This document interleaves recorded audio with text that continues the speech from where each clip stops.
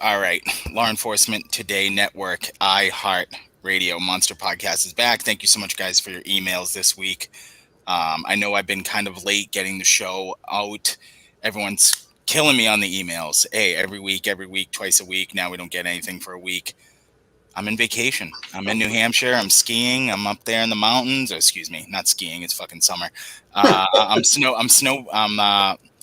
I'm drinking snowy beers. That's what I was doing with the fam bam last week. So we're back. True crime writer Mike Bouchard joins me today. A guy I've been trying to get in touch with for a little bit. He has a different outlook than I do. Anybody who listens to the show, the thousands that do, and I appreciate it, know that I've done many episodes on the murder of Janice Pocket, the young lady who was killed in Connecticut in the late 1960s? And Yeah.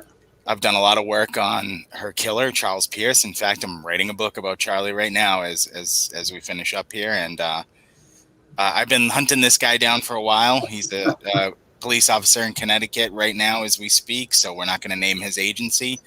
And he's a prolific true crime writer, as I see. He's got a couple books out. I'm ashamed to say I haven't read them. After I read them, we're going to get Mike back on, but he's going to educate me right now on all of his writing as he joins me at 8:45 at night on the East Coast. I appreciate it, Michael. Good evening. How are you? How you doing? Good. So you're in New Hampshire. Did you go up to the Muddy Moose? Have any drinks at the Muddy Moose yet, or what? I was out in the Gorham area. Are you familiar? It's way up there. Yeah, Way yeah. up there. I know exactly where it is. I know that place like the back of my hand, Conway, and all of those areas. Oh yeah. It was a great time, man, just to get away from fucking life. We shut off the cell phones. My wife works in the nursing field. She's had a hell of a year with COVID. She's a warrior. She kept going on. She kept getting symptoms and then getting off it and then coming back to work. She's a fucking hero along with all of our other healthcare workers. And I was happy for her to just see her have some fun in the sun and relax a little bit, you know? Yep. How's things up in Connecticut, Mike? Well, communist Connecticut. You know, fucking guns. You can't ride ATVs. You can't do anything. And we got all these little, you know, sissy groups running around telling us how we should lead our lives. Yeah, beautiful. So I'll be heading to New Hampshire when I retire. Where they don't hit my pension with state taxes or any of that stuff. So, but God's country. It really is a different part of America. Number one, when you cross over the border, this is for the people who are listening to this across the country. You know, you have Massachusetts, Connecticut, Rhode Island, which are essentially their own countries, led by communists. And then to the north, you have New Hampshire and Maine, Vermont. New Hampshire is like the one red area, even though Joe Biden allegedly won the New Hampshire in this presidential election, which there's some discussion about. But the first thing I saw, Mike, when I rolled over the border into Manchester was a gigantic billboard that said Trump won. That was the first thing I saw. Well, the interesting thing about that is, I'm a far right. I'm the pickup truck, the apple pie, and the shotgun in the back. So that's me. Most of my family's from up near Holton, Maine.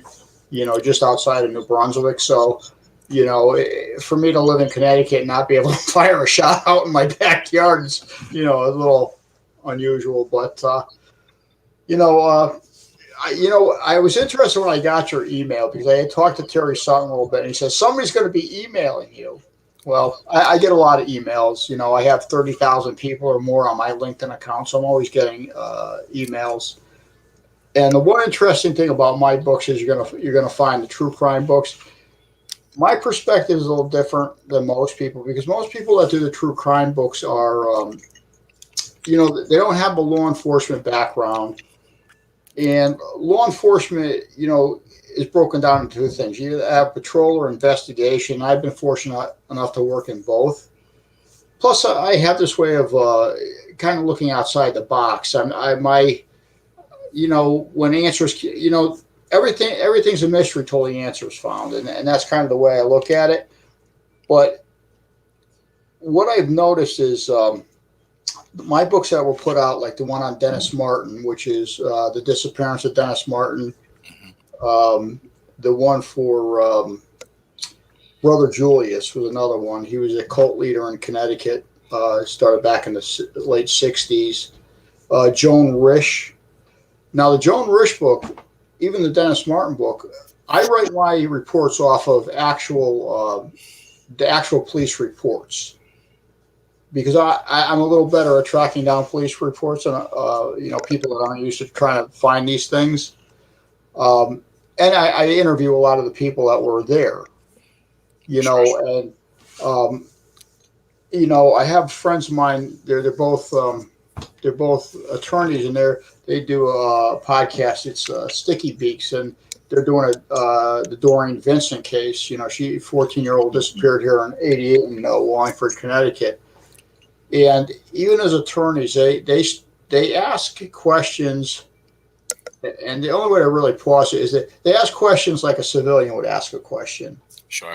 And my questioning is a little different. So all my books that I write are based on either the actual police reports or, what I've learned in the field. It's not like, I hate to bring his name up, but I feel in this, like Dave Pilatus,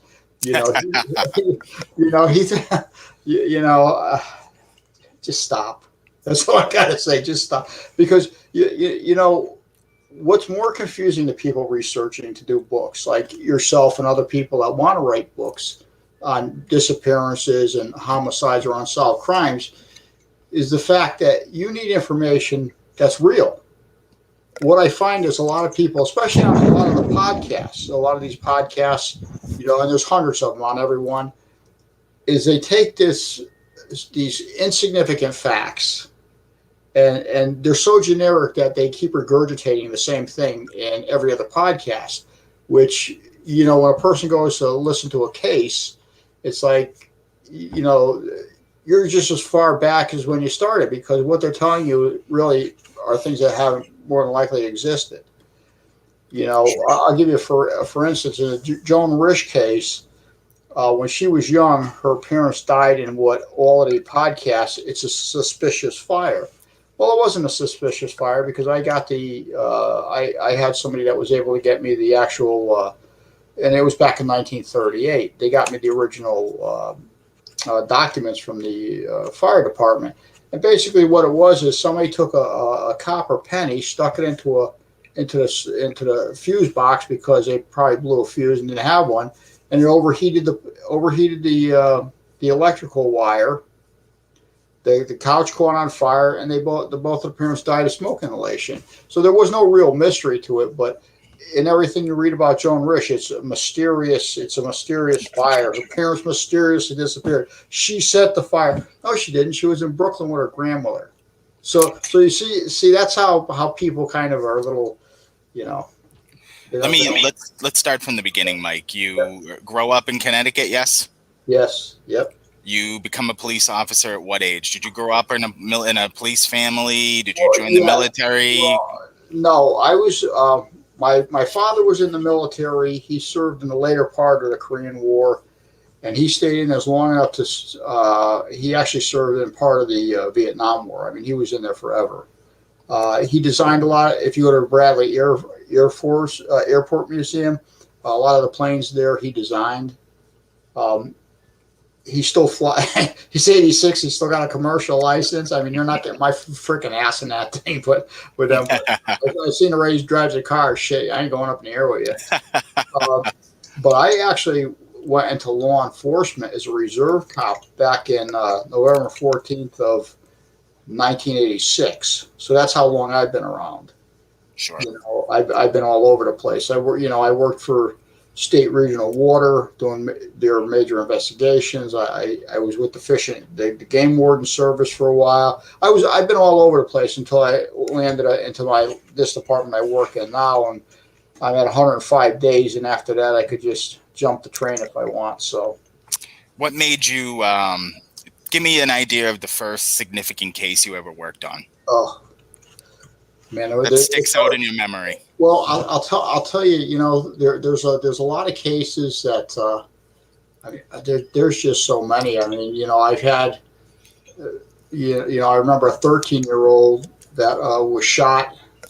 He ended up dying in my arms. I remember investigating uh, it was a natural cause death, but it was a young 12-year-old girl who got on a school bus, and she had a lot of medical problems. And by the time she got to the school, she had passed away. So a couple even better ones. I was in the airport. Used to work the airport district. I think it was back in the late '90s, and we had a report that there was an aircraft that had flown it. It was coming in from New York, and he had struck a tree. So it was as foggy. I don't think I've ever seen a night so foggy in my life. And this was probably like 1, 2 o'clock in the morning. And I remember driving down the road, and you couldn't, even with the flashing lights, you couldn't see anything. And as I come down the road, I'm looking at the road, and there's the ass end of a plane, this whole fuselage, and your mind sometimes, especially early in the morning, it's like, holy, you're trying to process what you're seeing. Well, what happened was the poor guy, instead of lining himself on the airport lights, the runway lights, he accidentally aligned himself with the street lights. Oh, wow.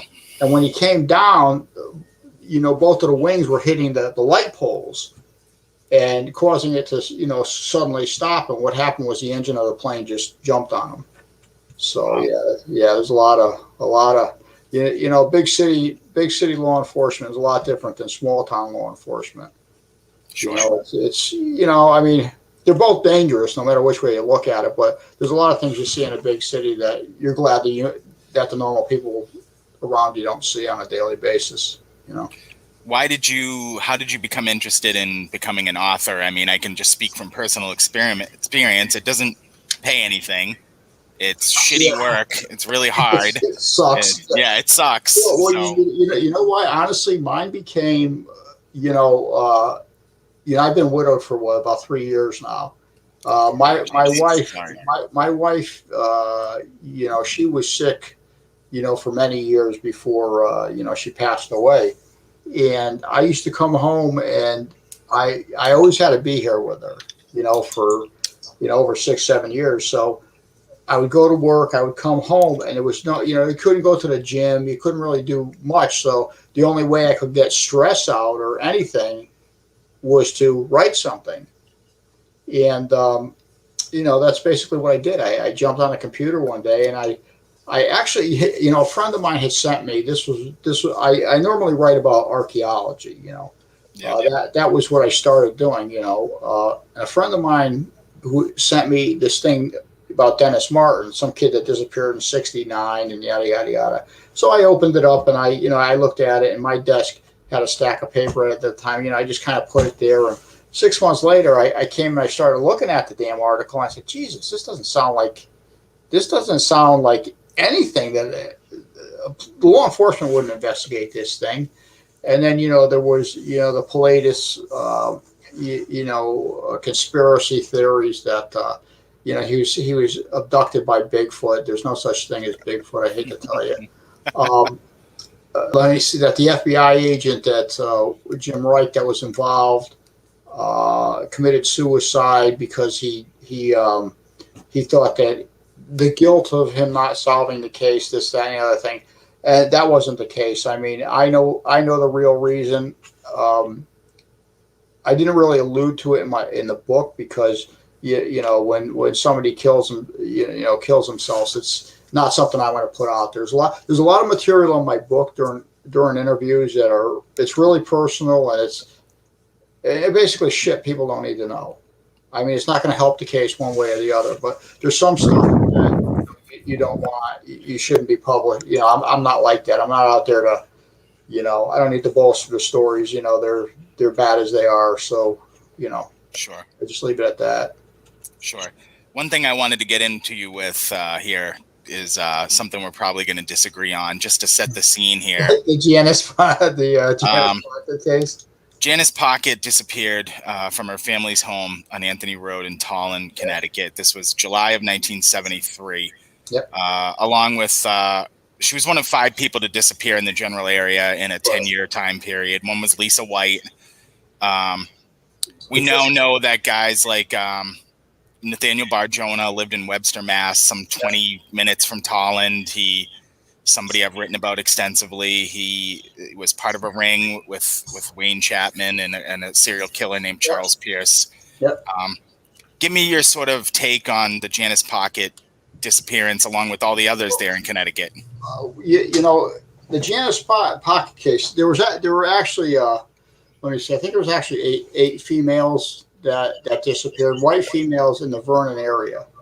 Now, the first thing you have to remember is if you look at the 8 disappearances, and this is, and you'll see where I'm going with this. This was a geographical predator. He would actually, there were probably 2 of them.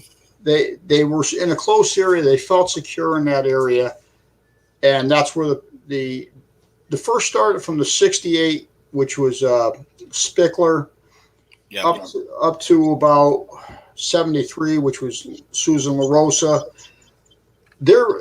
Well, actually, let's go one before Susan LaRosa. After Susan LaRosa disappeared in 73, the modus operandi of the suspect, of the killer, changed because the younger girls were they were younger, they were all white, they were never found. Yep. The second series were white females, but they were older and their bodies were dumped. Now, here's where we kind of differ in our thoughts about Charles Pierce. My opinion, Charles Pierce, he's full of shit. He probably didn't even kill that 13-year-old girl that he said he killed. He was just he was like one of these 50-year-old bums that living in his mother's basement eating peanut butter and jelly sandwiches. But you're not the only one that thinks that he did it. Matt Phelps, I go back and forth with him once in a while. He's kind of under the suspicion it was people from outside the state. But here's the problem. All these crimes are geographically located. I mean, they're very tight in a geographical location. A person from out of state who is not really familiar with the area tends to stay on major roadways because in the event that the law enforcement's notified, they can get out. When you're stuck on a secondary roads, like most of these females were taken from, they don't know where the hell they're going. Their chances of getting caught, it's a higher percentage them getting caught. So I don't think they're going to go on the secondary roads. Charles Pierce was never able to prove he killed anybody. Sure. He repeated names that he had heard from other people in prison. And then he said, when he said that he kidnapped Pocket, he said that he put her in a van with another small child that he had strangled in the van. But if you actually read the full statement, she went missing in 73. This kid went missing in 50.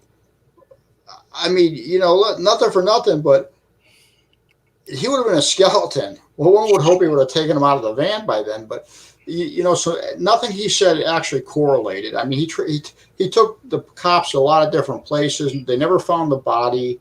He had no landmarks. He was just, he just told bullshit stories to get. He wanted a day out of prison, so that's what he did. He told these little horror stories so he got out. What really convinced me that I was right on this is I did an interview back in 71. Irene LaRosa disappeared. In 73, her aunt Susan LaRosa disappeared, and one of Irene's brothers, Susan's husband, told the family members for years that he had filed a missing persons report in Ellington with the Ellington Police Department. In 2016, a family member went to look for that report. It was never filed because we were wondering why she never showed up on, the NamUs or, the Charlie Project or anything like that, because he had told family members that he had put her missing. as a missing person, but he never did.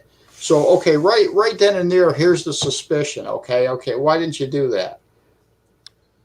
Because, and if the dynamics of the family is really messed up, there were 11 of them, most of them were adopted, this, that, they went all to, but all the males in there were known to sexually assault the females in the family and any other females that lived around them. Now, his wife went missing, let me see, 2 years later. Okay, well, we're starting to get a link here. So, you can say, okay, well, that's a link, but that's a Irene right there. So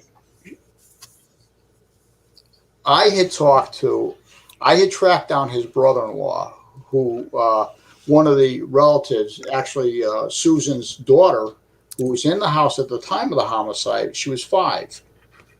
Police didn't want to listen to her because she was too young, but she gave me a list of things. So I kept that list of things in my, notebook. I caught up with her, the ex-brother-in-law, Barry Prentice, in Canaan, Maine. State police told me, oh, well, we don't have enough money. We can't be doing this. We can't be doing, So I said, well, you can't be doing it. I'll do it. So I talked to him, and the funny thing was, I said to him, I didn't tell him I was looking for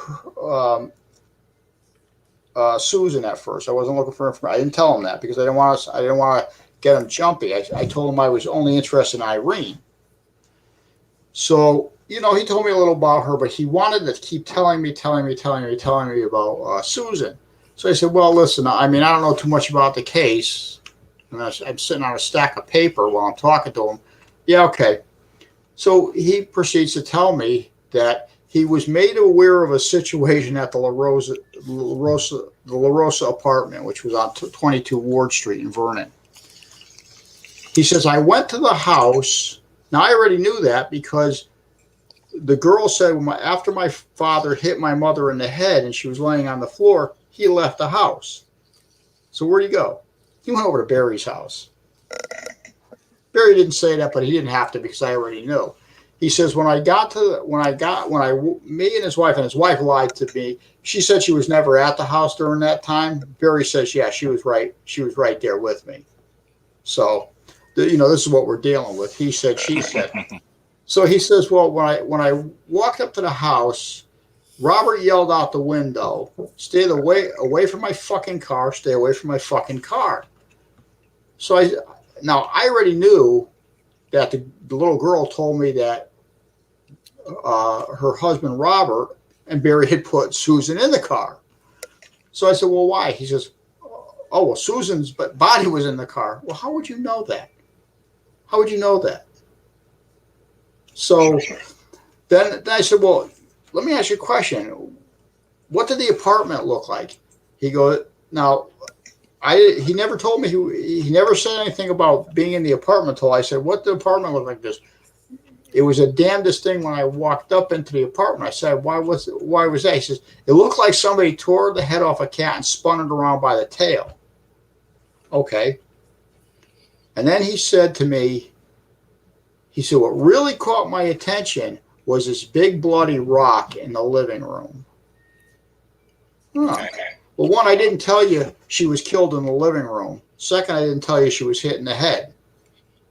So, okay, here we're going for 5 for 5 right now. He didn't realize that everything. And the girl says that the guy came up to the house, smelled like cherry tobacco. So what I did was I asked the wife, because I interviewed them separate. They haven't talked for years. And I said, did your husband smoke? He goes, yeah, he smoked Captain Red Cherry tobacco in his pipe. So, you don't get this many,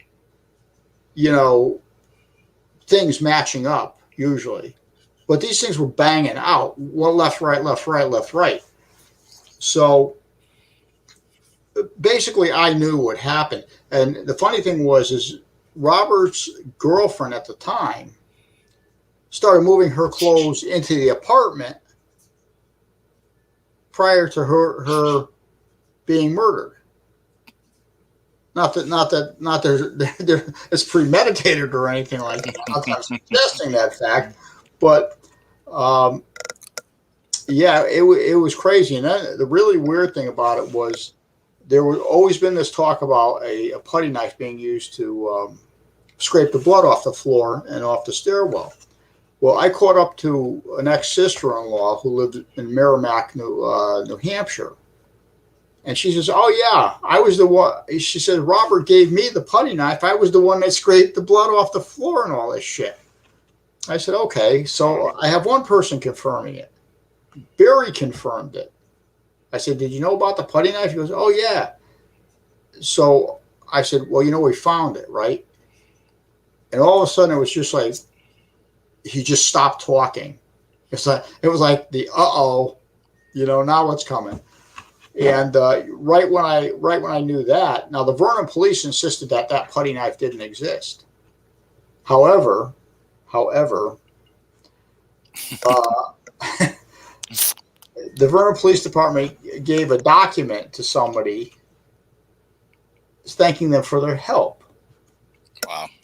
And what their help was this dude used to go out with one of Robert LaRosa's daughters, who happened to find he was a real shifty bastard. He'd steal anything in your house. He was down in the basement going through the rafters and found a cigar box with a bloody putty knife wrapped in a piece of flower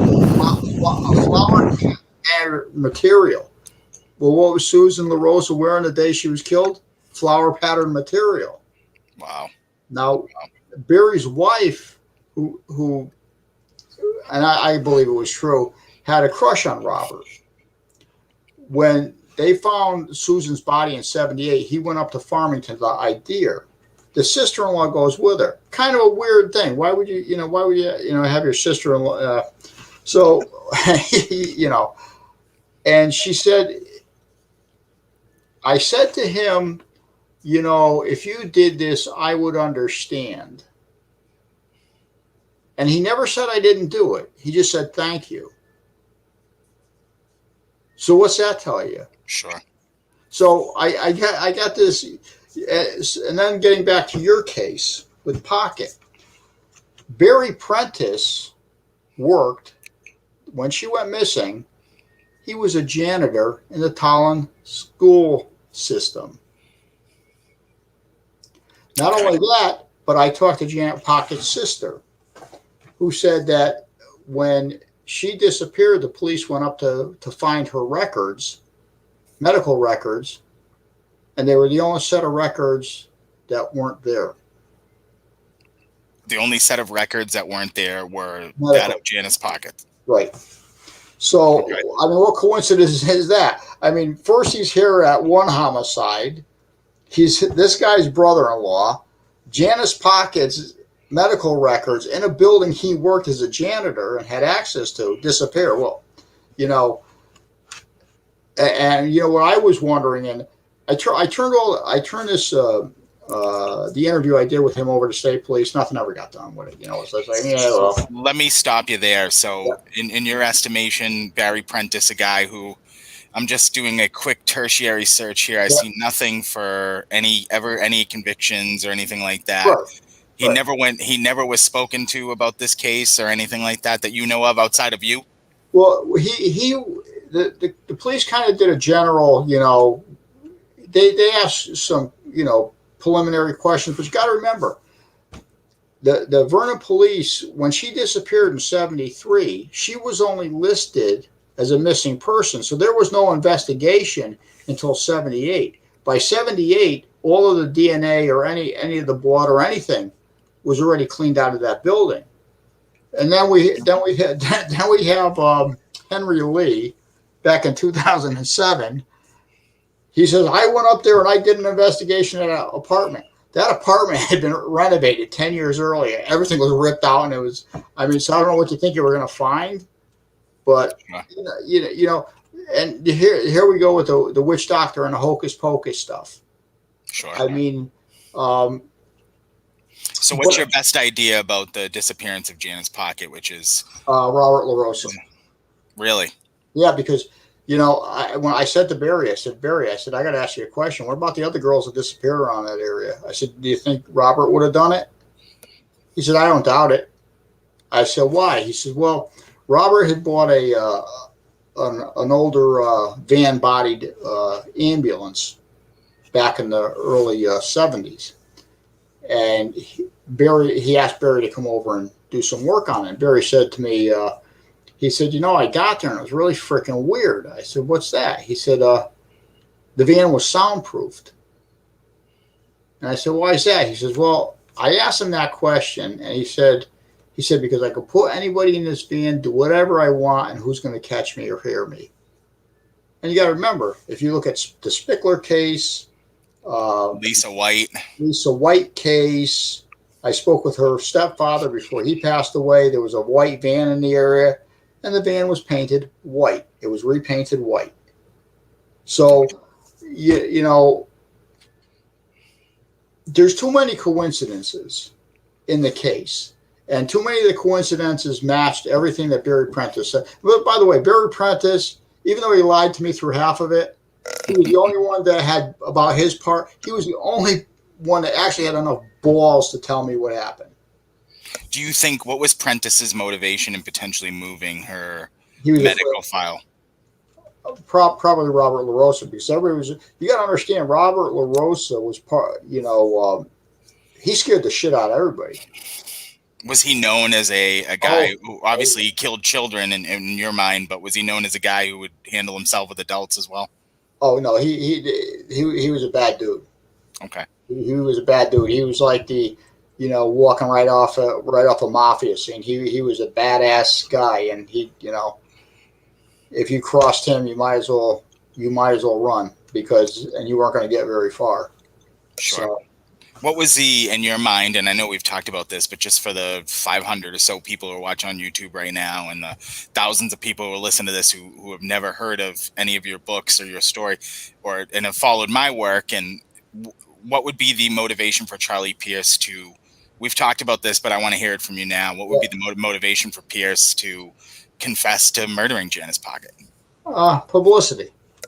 Publicity, and he wanted to get his fat ass out of his jail cell to go walking around, because like I said, how do you kill 50 freaking people and you can't find anybody you killed? Come on. What kind of horse shit is that? Then you know their first names, which you can get anywhere, but you don't know their last names. Sure. You can give ideas of where people were, where you buried them. So, and you got a whole search party going out there with shovels and shit, and nobody can find them. Sure. I mean, okay, maybe a couple you wouldn't be able to find, but shit, 50. I mean, come on, statistically, that's just too high of a number. I think he's just a big fat ass bullshitter that he just lied about everything. There's also the motivation of being civilly committed and being protected in a treatment center among sex offenders instead of going to, people are not looked fondly upon in big boy prison who kill kids. Right. So yeah, and you got to remember, he was heading down to Florida on other charges, and he knew if he went down to Florida, those prisoners down there at that time had pretty free run of what happened to the other prisoners that went in there. So he didn't want to go there. So he just said, "Hey, I killed that girl," and it, because at that time they had no suspects, so they're going to take, if he says I killed her, yeah, okay, fine, Sure. So, but yeah, his reason for doing that is he just didn't want to go down to Florida. He did not want to go down to Florida. Makes a lot of sense to me. So what ended up happening, just for the people who might hear this and never look into it again, what ended up happening to Bob LaRosa, the guy that you think was committed all these murders? Well, I'm just putting him as a person of interest at this time, but we make no accusations here. I should say I'm not making any accusations. I'm making my accusation. I'm making the statements based on other people's statements that knew him, that were there at the time, that had information they provided me. I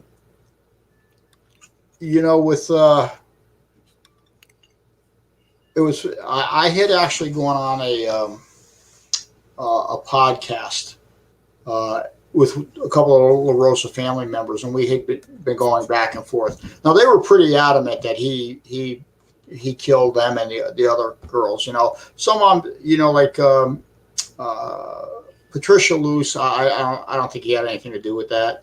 Sure. She was in the area, but I don't think he had anything to do with that. He also had a brother Nathan, and Nathan was another, and they hung out like this. Nathan not only molested children, he was arrested several times for molesting children, but he was just as violent as his brother. You know, but what happened was, I said, okay, well, I just interviewed Barry Prentice, so I said, well, let me go interview Robert, and a day before I interviewed him, he had a heart attack, and that was it. So I never got to interview him. You killed him. I could have. Yeah. You know, well, you know what? I think I was the first person that actually came out and said, I think you're a person of interest in the case. And because you got to remember, he still had that van. He still had that van 30 years later. Sure. You know, so I would have loved to got that thing and done some DNA swabs on that. Sure. Like I said, I forwarded all this information to the police, and as far as I know, that van got crushed, just like that thing's gone.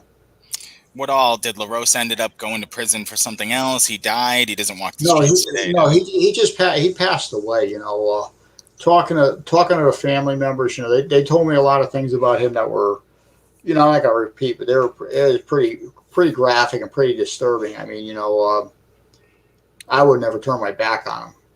Wow. You know, him or his brother Nathan. You know, yeah, they you know, like I said, I mean, there's stuff I'll put out there. You know, yeah, I have my beliefs who did certain things.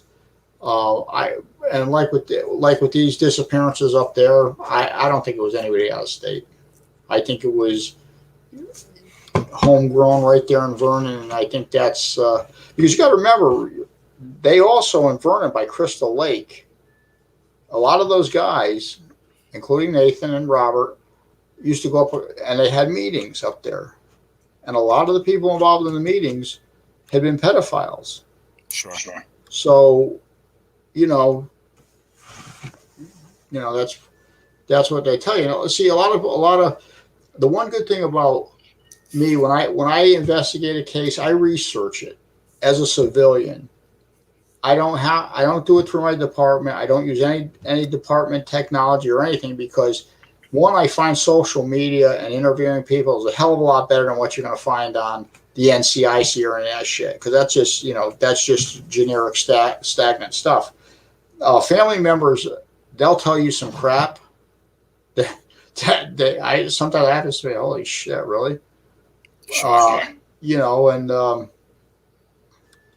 you know, I let the family members tell the story. Sure. And there's so much stuff that's just, when you talk to these families, that are just lost to history, man. If you don't ask, you know, so many things lost to history. Well, that's why I document a lot of it too. I mean, like all the interviews with all the people, I documented them, you know, each in the book. And that one is in it's in Missing in Connecticut, and it's 105 missing people.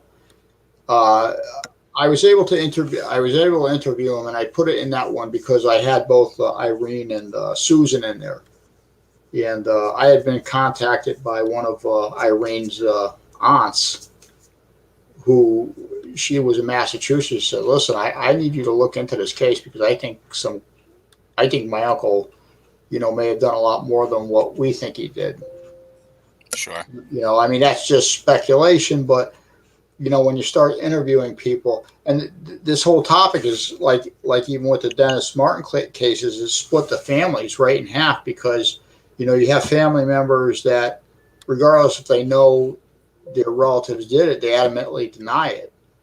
Right. And then you have the other half that, you know something happens and they want justice, and you know, so yeah, it splits families in half. You know, I mean, it really does. Yeah, it's tough with these families. They're victims too, you know. They're victims too. You always have to remember that, you know. especially when it comes to a family member who does something. You can't ask for who your cousins are, your uncles are, your father is. I've ran into it so many times over the years. Tell me about your book. I just bought it yesterday, The 105 Missing People in Connecticut. Talk to me about sort of the genesis of that book, man. I'm interested as an author myself now. I'm always interested to hear why people do what they do.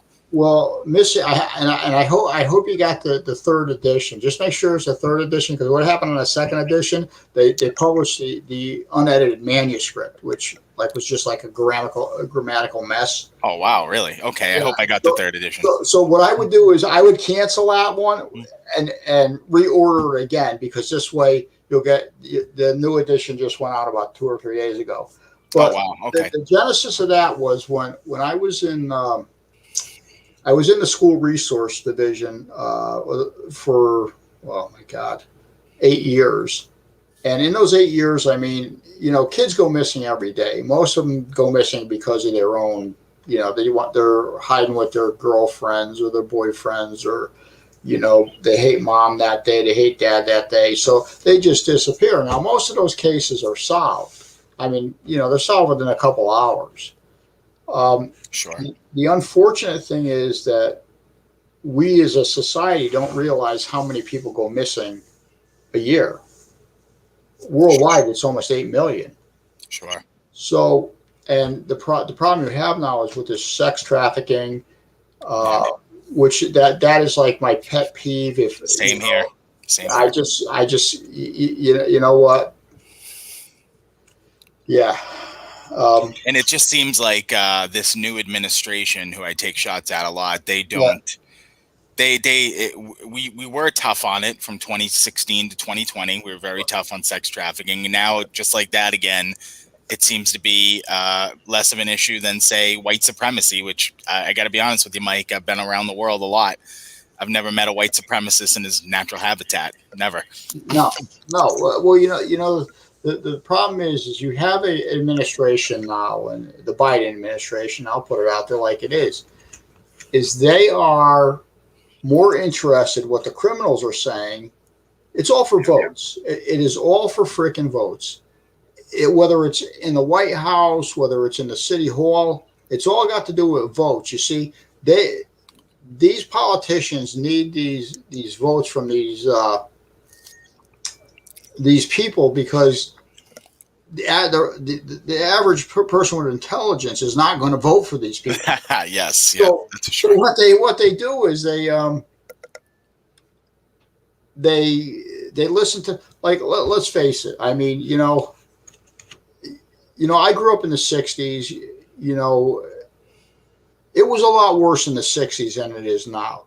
The only problem is now that these little kids that think they know what is going on have no freaking clue what's going on. Yeah, we've graduated generations of completely ignorant people. Yeah, we did. It's got to be at least generation 3.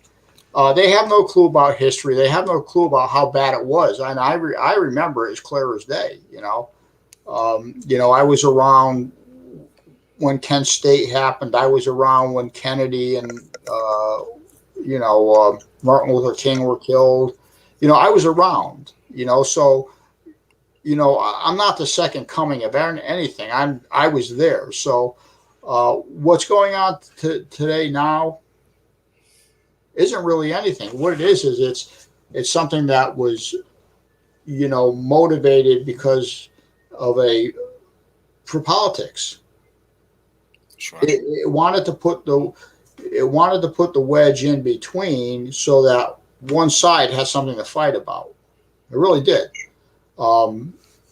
We have far more, serious problems going on in the world than, chopping, a statue's head off, or that bullshit. I mean, you got people in the world that don't have food, no housing, mental health issues, medical care issues. I mean, you got serious shit going on. You got these freaking, I got fishing waders older than half of these kids. They have no fucking clue what's going on. And then here they are, let's chop a statue's head off. We're going to save the world. Yeah, okay. Well, you know what? Once you get your head out of your own ass, then maybe you'll know what the hell's going on. But yeah, it was a hell of a lot worse. But what the tragedy of it was, and to get back to your point, I've talked to every person that I know or kind of have a conversation with. I don't care what color, religion, or race. None of them voted for Biden. How do you get all these freaking votes? I mean, there's nobody. There's nobody I know that voted for him. So how do you get all these votes? Again, I'm going to get thrown off YouTube, so I want to tread softly here. So, I would say there is a lot of questions. We'll leave it there. We'll leave it there. Well, you know what? See, with me, I just talk fact. I talk to these people. And they're all different races, all different religions, because I'm in a big inner city, and none of them voted for him. Do you know anybody who voted for Joe Biden? Honestly, I don't. Now that I think of it, I don't. Well, yeah, I do, and he was pressured to vote by his father because if he didn't, he'd lose a lot of money. So, yeah, I do know one person. Well, actually, I think we have a mutual friend who voted for him, actually, now that I think of it. Yeah. Exactly. Yeah. But, and you know what? At least we have someone to blame for this, so we'll blame him. Thank you, Terry. Yeah, thanks. But the funny thing is, it's a shame that they had to draw. I mean, if you think about this, and the pre-pandemic, none of these issues were really existing. The racial issue, I mean, yeah, it's always been around, but it's never going to go away. Listen, I was part of that, thing in the 60s and 70s, love, power, all that stuff. It doesn't go away. You're never going to beat City Hall, and you're never going to beat the White House. They're going to do what they want, regardless of what you say, regardless if you're right or wrong. And that's just the way it is. The problem with today's society and why they like people like Biden is because they want to be told what to do. People nowadays, especially the younger generation, need to be told what to do. That's what they want. They want to be told what to do, how to eat, what day to go to the movies, because they don't want to have to make decisions. They don't want, and that's just how it is. And it's sad because, the society is just getting. It's just getting kind of like weaker and weaker. And since when the hell did guys start putting all this hand cream and shit on themselves? I mean, what the frick is going on with that crap? I mean, where the hell did that shit come from? It's become normal for men not to be men. And back to your point with the human trafficking and pedophilia has become normal. There's and that's the most disturbing thing of all to me is that there's documentaries on Netflix with little kids flaunting around. Nobody cares. There's kids being dragged to drag queen story hour. I mean, this sexualization of kids at a young age is not good. It's not a good thing. No, and you have to remember, like the average kid, and I put it in the book, between 12 and 14 is when they're most impressionable.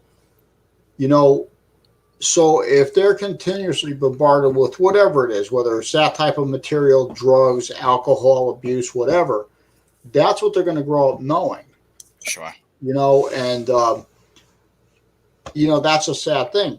And in a normal disappearance, people don't realize that within 3 hours, if a kid is kidnapped by or abducted by somebody they don't know, you have about estimated three hours to find that child, or they're dead. That's the numbers. 3 hours. And if you think about it, that's not a lot of time. But what they don't realize is most children that are kidnapped aren't murdered. Sure. They're not murdered. Most are, most go missing on their own. Most go, family members take them because they think they're going to save them. Right. There's just a dozen reasons why people disappear. Some people just disappear and show up somewhere with a new name and a new life. That's how it's always been. But it's a very famous case in New Hampshire, a girl named Maura Murray who disappeared, and a lot of people believe that she just wanted to be away.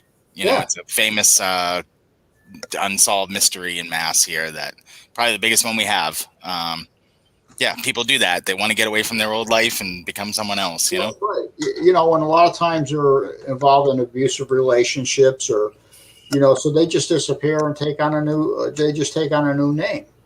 So what I started to do was I said to myself, let me start looking into some of these cases. So I went as far back as 1944. And then somebody sent me a whole list of unidentified bodies. So I said, well, you know what? Let me combine them. I'll do 105 of the missing from 1886 all the way up to 2011, and then we'll add the bodies in Connecticut that were never identified. So there's probably maybe 125 people in there. And what I did was, like I said, when I picked up, there was actually 3 editions of the book. And the first one was fine. The second one, I don't know how that happened, but they sent the unedited manuscript. And I checked to make sure I sent them the right one, but they sent the unedited one. And I picked it up one day and I go, what in the hell is it? Because I had changed a lot of stuff in there. So the 3rd edition is pretty much on the money. It's got all the updated interviews and stuff like that. But, people don't realize how many people went missing.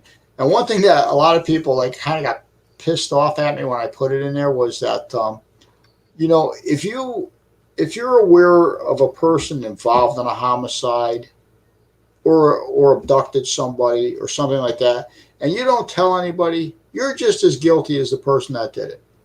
I hate to be the one to piss in your popcorn, but you're just as guilty as they are, because that's how it is. I mean, you're talking about a family member that disappeared. They're family members for their whole life, and most of them until they pass away, always wonder what the fate of that person is. Sure. They have the right to know. And by you holding back, and in a lot of cases, a lot of people do, family members are notorious for doing that. But yeah, it's crazy. I mean, people do some crazy stuff. But as far as books, so we have Missing in Connecticut, which deals with 105 missing people. How much research went into that book? I'm just curious. How long in the making? Well, you know what? Because I spent most of my career writing reports, I can actually research and type pretty fast. Of course, thank God for Grammarly and yeah, thank God for Grammarly, because I would have just had some big bags of crap coming out of there. but it takes me about almost a year to go through this. And the toughest thing are the interviews, because you never know. You always want to accurately record what they say. But like I said, there's things that you want to put in a book, and there's personal stuff you don't want to put in a book. I mean, there was some pretty bad stuff said about some of the people in the La Rosa case, which, whether you like the guy or not, people just don't need to know that. I mean, what the hell did I just do? It's something over there. You're good. Yeah, I know. I said,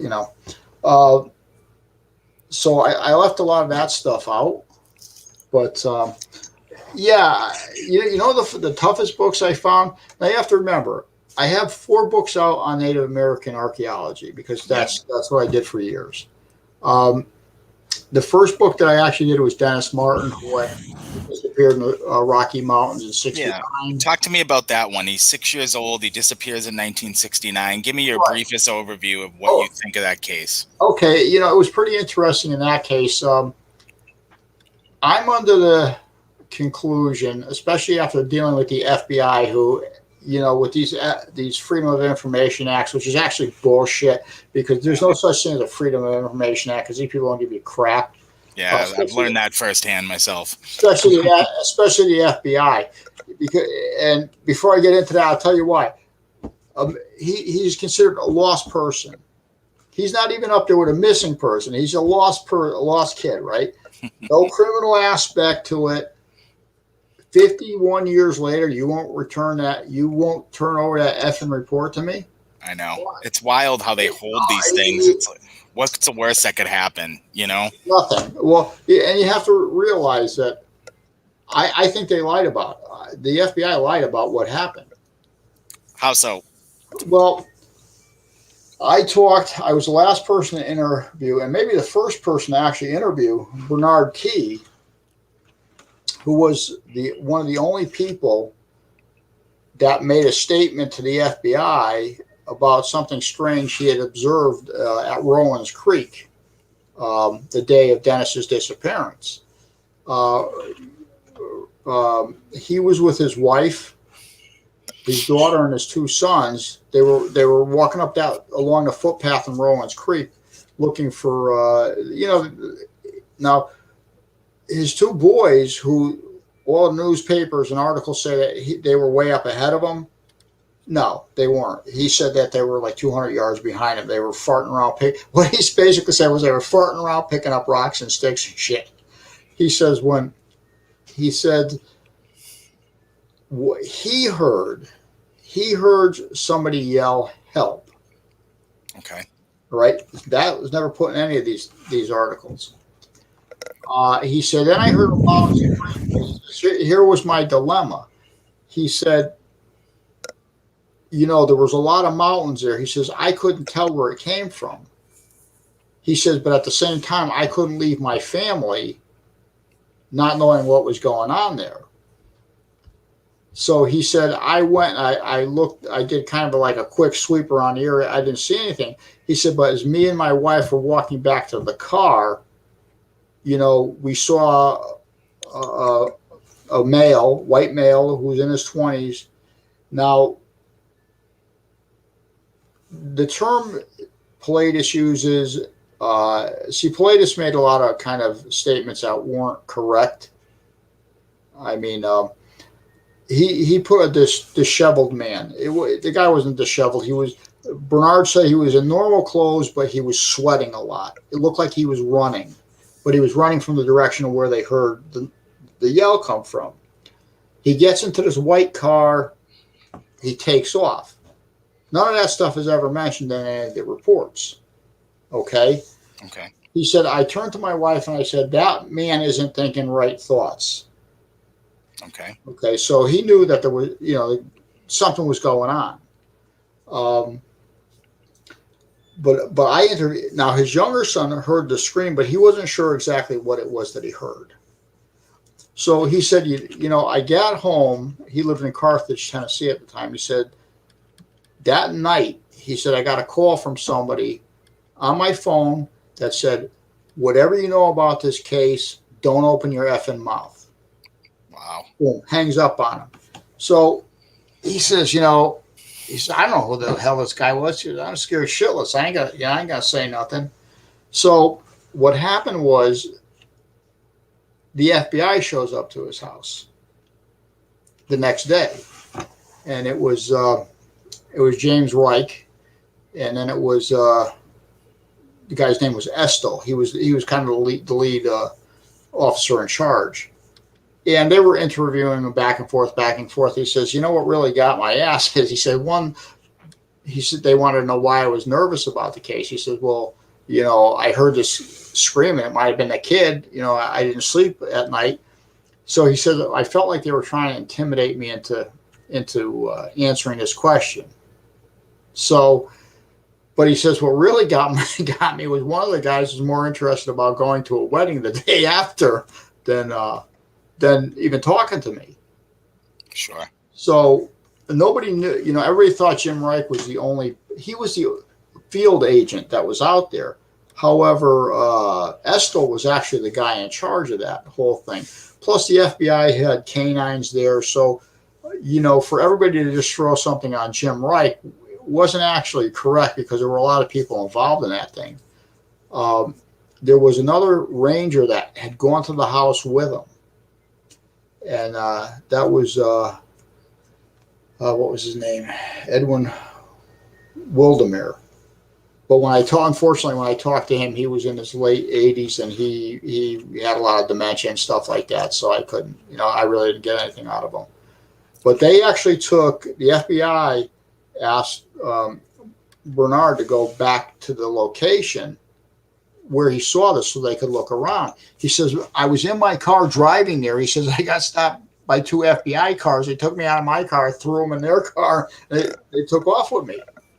I said, why'd they do that? He goes, well, for some reason, they didn't want anybody to know where they were taking me. Can I ask you, Yeah. in my looking into it, like I have recently, it looks like there were some footprints that led to a stream. He was probably had one shoe off. Yep. Because they noticed that it was a footprint of a shoe, an Oxford shoe. Right. Do you think it just simply was a matter of he got lost and he was exposed to the elements? Well, this is what I think. I had also back in 81 said the locals that actually lived, they were actually mountain people. They lived in the woods. They knew Dwight McCarter.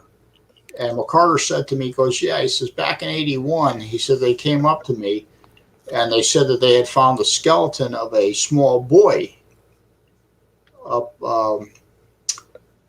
somewhere in the park, up the Big Hollow area by the stream. But he said their recollection, it would have been around the right time because they didn't tell me for like 10 years later, 11 years later. But he said it was the right time frame. But they didn't tell the police. And I said, why didn't they tell the police? He says, the mountain folks here don't like police. This is Tennessee, folks. Right. They'll kill each other, but they're not going to tell the police. He said, we went back there and we did a search, him and the Bryson search and rescue team, which still have never returned any of my requests for information.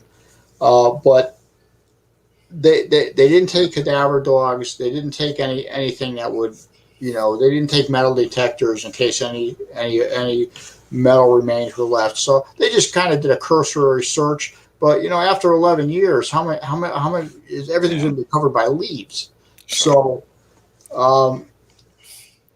So what I think happened was, I think that guy they saw running out of the woods, I think he grabbed the kid. But I think the kid got away because I think the guy heard Bernard and his family come up, so he let the kid go. And what happened was the kid just ended up walking that 11 miles up to the Big Hollow, and that's where he ended up passing away by that stream from exposure. Sure. So it's certainly a case that has baffled people for decades now. Yeah. Well, you know what the really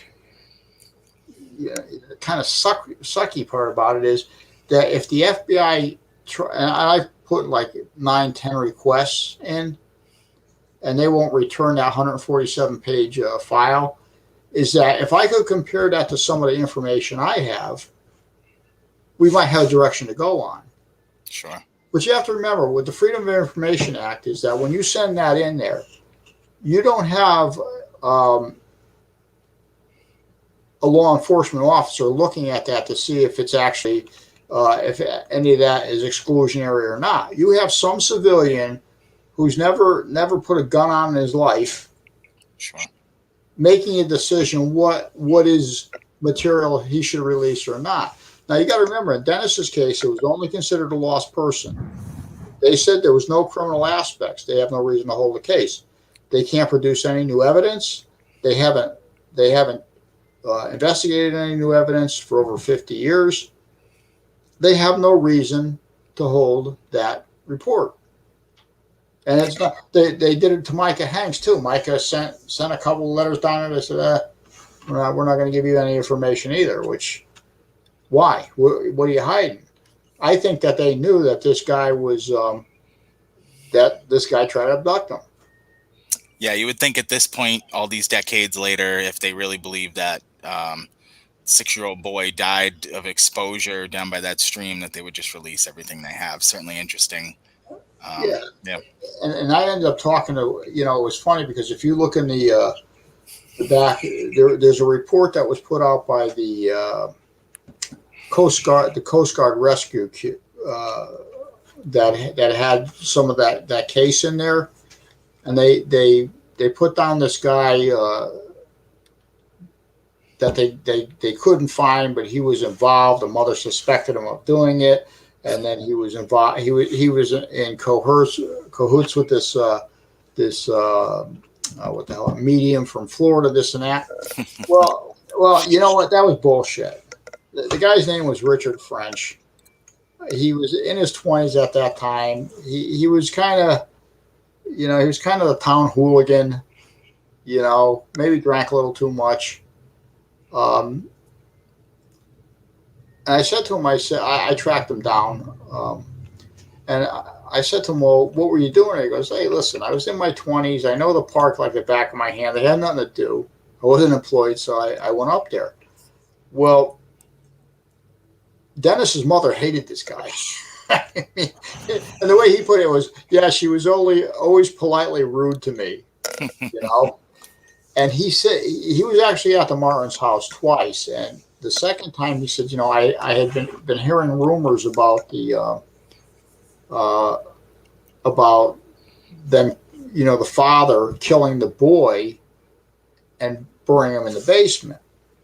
He said, but that's not possible. I said, why is that? He says, well, one, I was up at that camp for a week with the father. He said the father used to go out every night and bawl, calling the kid's name. That's not typical. If you murdered somebody, they're dead. What are you bawling for?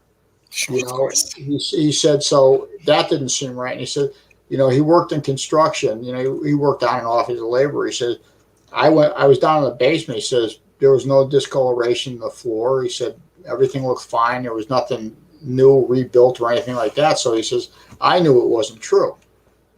But he says, yeah, the mother, he said, yeah, the kid's mother hated me. He actually got, yeah. Interesting one. One other one I wanted to ask you about, sort of right up my alley. You closed the door or closed the book on the longest, I guess, how do I put this? The longest running deserter in United States Army. Did you know? Yes, yeah, I did. Tell me a little bit about that. That was back in, what was it, 2000? I think it was 2006. I had been doing a lot of motor, in a big city, it was quite popular back then. They didn't register their cars. Basically what they did was they just took somebody's license plate and threw it on there. So I had stopped this guy, I looked at the plate. There was no front plate. I said, okay, well, now we don't have a matching plate on the front. So I stopped him for not having a front plate. I run it. Of course, the plate comes back, belongs to another car. I said, get out of the car. He's standing there and we're kind of talking. It didn't seem nervous. I mean, this guy, it was like he got stopped 100 times. So I said to him, I said, let me see your license and registration. When he opened his wallet, there were 2 licenses from 2 different states and 2 Social Security cards. And I saw the names and the card numbers were different. So I did one of these, back then we could do that. And as I'm cross-referencing everything, it comes, he has a warrant from Fort Knox. Sure. What the hell is this, right? So basically what happened was he had joined the Army in 1969, and he was a fireman out in one of the bases out in California, and he just got sick and tired. He did bullshit with Vietnam. He threw the freaking gun on the ground and just walked away. And he said, I've been stopped almost 20 times, and nobody's ever caught me. Back then, now with the MDTs in the car and this and that, you can cross-reference a lot of stuff. He says, I was never caught. And, he's sitting in the back of the car, and he says to me, he says, I almost shit when you called me by my real name. I said, why is that? He says, I haven't been called my real name in 38 years. He says, my wife doesn't know my real name. Wow. So it's like, oh shit, you're going to get ass whooping. But yeah, actually, he was the longest deserter ever caught in the United States. Sure. Yeah, they had the one this one was 38 years. They had the one that was 40 years, but he was actually found in China. So he wasn't found in the United States. This was the longest one ever found in the United States. And on the way out, they actually came up from Fort Knox to pick the dude up. And he was he had to be in his 60s at that time, probably around 65. And I said to him, I said, you know, you could thank me for one thing. He goes, what's that? I said, I gave you back your real name because I don't have to use anybody else's anymore. Sure. You know, so yeah, I mean, you know, it is what it is, man. They don't forget, and I'm sure they slapped him on the wrist, and he's back out. Oh yeah, I'm sure, yeah, he was so old then. I mean, what do you do with him? Yeah, make him come back. Hey, we need guys, so you know. I just don't. Yeah. Mike, I'm gonna dive headfirst into these books, and I want to have you back, man, so I can digest them properly and talk to you about them more in depth. And we just scratched the surface, I can tell, of some of the stuff. So yeah, well, you know, you can call me anytime because you know, listen, I actually did a podcast interview underneath my boat when I had it. I was working on the bottom. I had the phone in my ear and this and that, but you know which one's interesting, and a lot of people are afraid to even go near it because of their superstitions. I wrote a book. It's called Creatures of Folklore, Fact or Fiction. And what it does is it goes over all of these mythical, you know, Bigfoot, Loch Ness, all of this, you know, witch doctor stuff people want to convince themselves into believing. But there's no such thing as any shit. The only thing I tell you is there a possibility there's probably other life out there somewhere? Yeah. Everything else. I think the government has basically admitted that at this point, right? Well, they probably did. I have one guy that works with me. He's thoroughly convinced that they're walking among us. And it could be. I mean, maybe that's true. They might be in our department, as a matter of fact. I can think about 25 of them. They're probably in senior leadership positions. Yes, I've noticed that. Yeah, I mean, I write all kind of books. I mean, I write mostly true crime.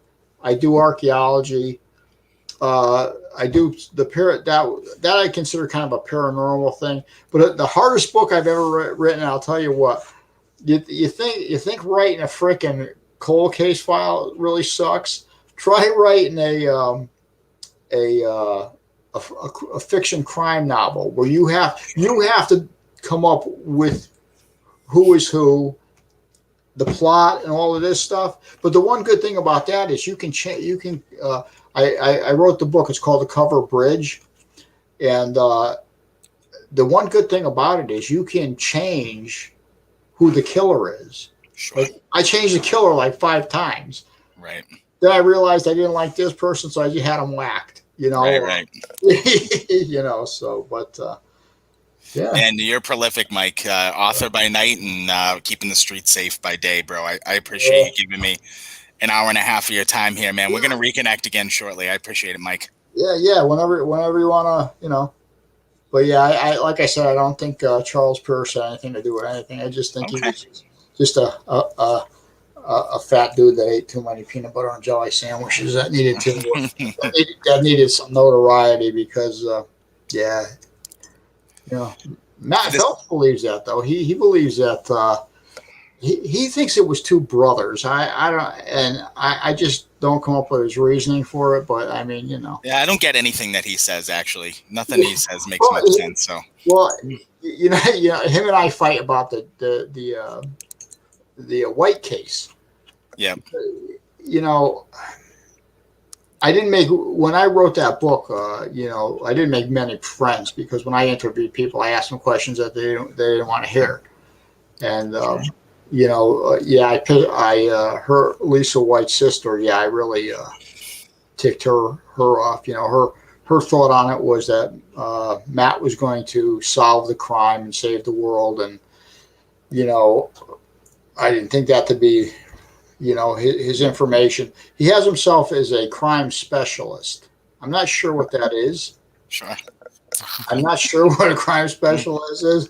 And like I said, I mean, I've been doing this since 1986, and I'll tell you what, police work is 50% good police work, and the other 50% is just shit luck.